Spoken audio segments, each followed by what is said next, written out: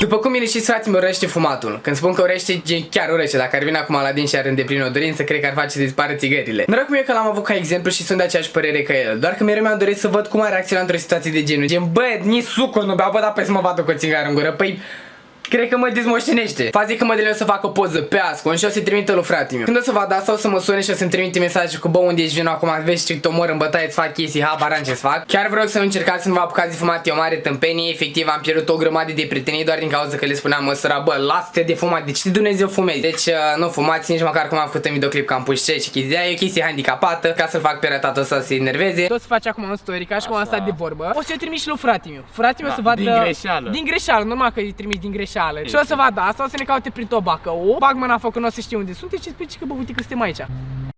Buze, bă, nu o mănânci! Denis, bă, nu o mănânci, bă, o fumezi, bă! Ce de aici? Nu bagi în dinți, doar pe buze. Doar cade, bă, care jumătate de kg ești prost. Ia-o în mână! Prima dată la fumat! Sincer, sincer. Dar nu mergem. Mamă, stai că trebuie să-ți crumesc. Bă, nu, de ce nu iesă? Așa. Ce-o aprinde, dar trebuie să Bă, taci. fă tu, bă, că nu mă știu, bă, nu, bă. Da, bă, băieți, ce faceți? Puțin așa de seară. Dănuțule, ești ultimul jegos că ne-ai invitat să ne jucăm. Pe bune, pe bune. Gata, hai că e bună. Arată story să vedem dacă e credibil. Băieți, e credibil sau nu e credibil? E credibil! Da, da, da, e 100%. Și acum o să trimiți din greșeală lui Sniculeț, de ce nu o să pui story? Ia, Sniculeț, hai. 8, dăm send, snic, lui Sniculeț, da, de acolo, da. send, done. Uite așa mi-a semnat moartea. Uite așa mi-a semnat moartea. Deci noi de fugim, acolo, acolo. Bă, dacă luăm încolo, fugim pe câmp. Eu zic încolo, că nu facem de mașina. Să sperăm că doar Denis și-a bătaie, nu și noi. Bă, nu știu ce să zic. Ce credeți că o să facă? Bă, eu mă încălzesc ca lumea. Bă, o răspuns. Poftim, bă, ce bă, ai țigară? Bă, unde sunteți? Vă trată de suntem. Bă, ai țigară, bă, bă, Mădălina, trebuie să gândesc să o bam mai tare dacă nu răspunzi. Bă, stai că mi-a și o bătaie, bă! Bă, ce fac să-i spun? Mă închide telefonul! Stai de trost, pe urmărește prin GPS! Fugi că mai poți, fugi! Mădălin, zi momentul ăsta unde sunteți, acum spune! Bă! Mădălin, se moară mama, e ultima șansă de salvare a lui e la tine, frate, că dacă nu spui acum, îl ba mai tare dacă vine acum. Băi, și ce facem acum? Parcă spune că e Brațul cât capul meu, ce mă fac, Denis? spatele mai mare cât viitorul meu! Mi-e frică, mi-e frică, mi-e frică! Mamă, e în oraș, înseamnă că ajunge! Nu cred. Bă, vine aici, Denis! Îi sână capa! Aruncă-ți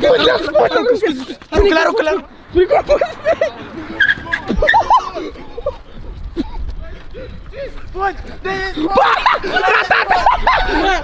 Hai să mor eu! Bă, ce-ai făcut?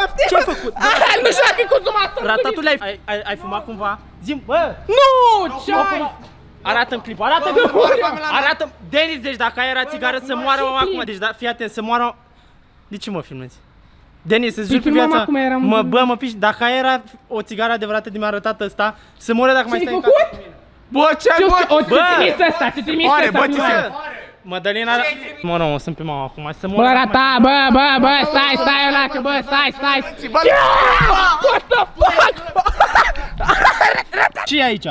Păi ce-i? Tu crezi că eu m-am enervat degeaba? Ratatule, zi acum cât te bag! Era efect să mă rog! E efect, bă, uite efect, uite! Unde e efect? Bă, asta era pe Instagram! Bă, ratatule, zi-mă, bă, nu, n-ai cum să filmești ăsta! Bă, ratat! Era un princ, era cu ceai!